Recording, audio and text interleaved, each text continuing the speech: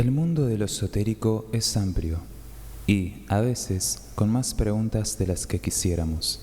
Si bien la palabra se define en el diccionario como aquel conocimiento que los sabios de la antigüedad solo manifestaban a unos pocos de sus discípulos, hoy esotérico engloba a todo conocimiento del oculto.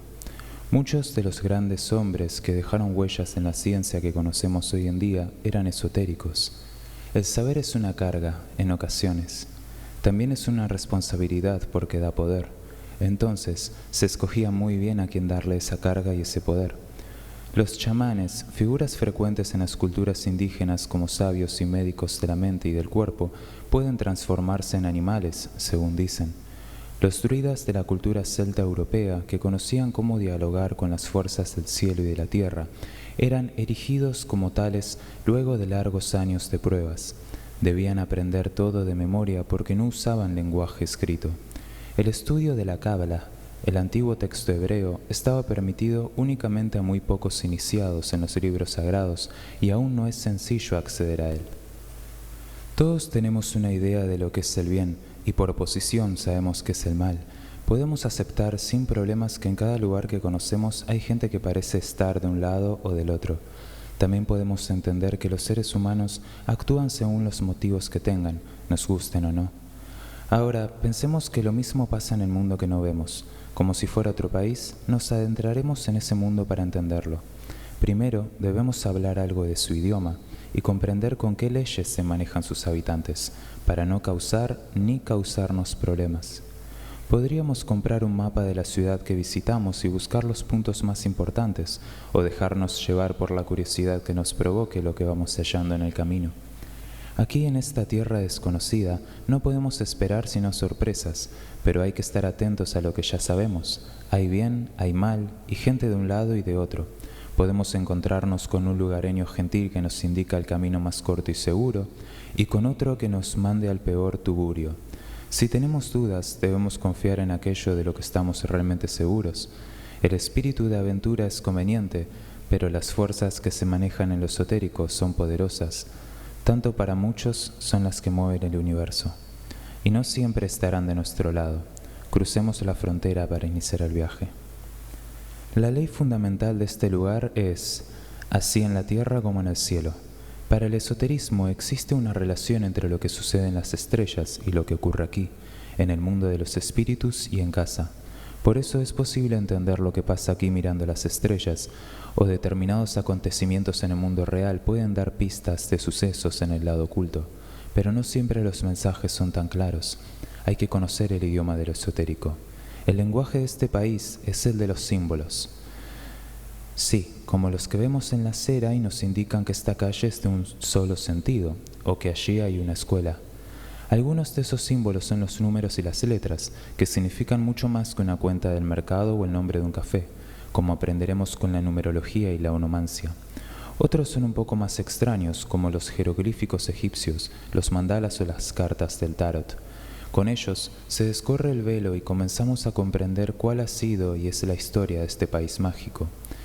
Muchas películas han venido mostrando últimamente esa historia, por ejemplo la saga de la Guerra de las Galaxias o El Señor de los Anillos, la lucha del bien y sus fuerzas contra el mal y las suyas, la luz contra la oscuridad, el amor contra el odio, ambas facciones con sus armas y sus guerreros, sus batallas, sus duelos y sus victorias. ¿Por qué ese enfrentamiento? Así en la tierra como en el cielo, alguna vez hubo una división. Todo estaba en armonía hasta que se produjo una rebelión entre las fuerzas del bien y un grupo de desconformes consiguió que la tierra y el cielo, que estaban unidos por vías de comunicación fluidas, quedaran separados. Hubo una gran confusión.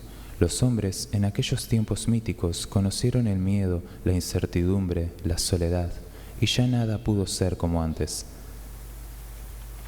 Ya no recibían los mensajes clarísimos de sus entidades espirituales superiores sobre cuál era el orden de las cosas.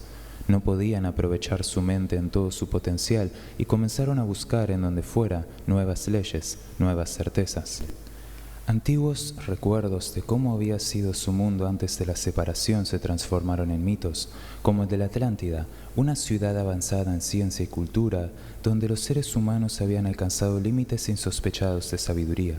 o cualquiera de los que, desde los hindúes, los chinos, los egipcios y hasta los incas, explican la creación del universo con sus entidades primordiales. Por supuesto, la tarea de los esotéricos es la victoria sobre aquellas fuerzas que impiden que el hombre alcance la sabiduría y la unión con todo lo que no se ve, con aquello que le pertenece y a lo que pertenece desde el principio de la vida. La misión es comunicar al cielo y a la tierra nuevamente. No hay fin más noble. Para lograrlo, se mantienen vivas las tradiciones de los antiguos maestros y se colabora para que el mundo que conocemos sea mejor. Y, casualmente, ese es el mensaje de la mayoría de los libros sagrados de las religiones más importantes de la humanidad. Recorramos este país con respeto y seremos más sabios. Al comienzo del viaje nos adentraremos en este país con leyes nuevas, idioma nuevo y gente nueva, porque para empezar habría que decir que la Tierra es solo un planeta utilizado por entidades que, en este momento de su evolución, necesitan del plano físico para seguir adelante. Hay otros planetas en el universo, habitados por seres que no tienen cuerpos, o por lo menos por lo que nosotros llamamos así, porque ya han pasado por la etapa de lo físico. Pasar de un estado a otro, de lo físico a lo intangible, es parte de lo que se conoce en el mundo esotérico como cadenas de evolución. Según los esotéricos, hoy los humanos como seres nos encontramos al final de la cuarta cadena, y hay otras cadenas más para llegar a la evolución.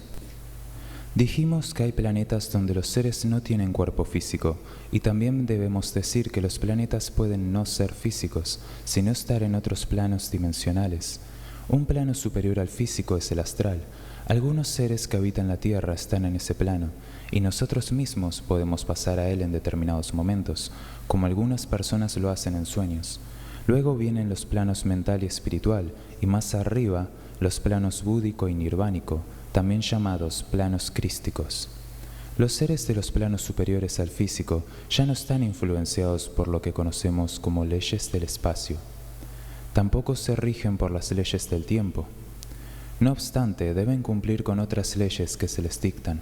Muchos son los guías de aquellos seres que aún no han evolucionado como ellos. Otros cuidan de sistemas planetarios enteros y se han presentado a la humanidad como lo que hemos dado en llamar dioses, aunque son en realidad los representantes de algo superior aún.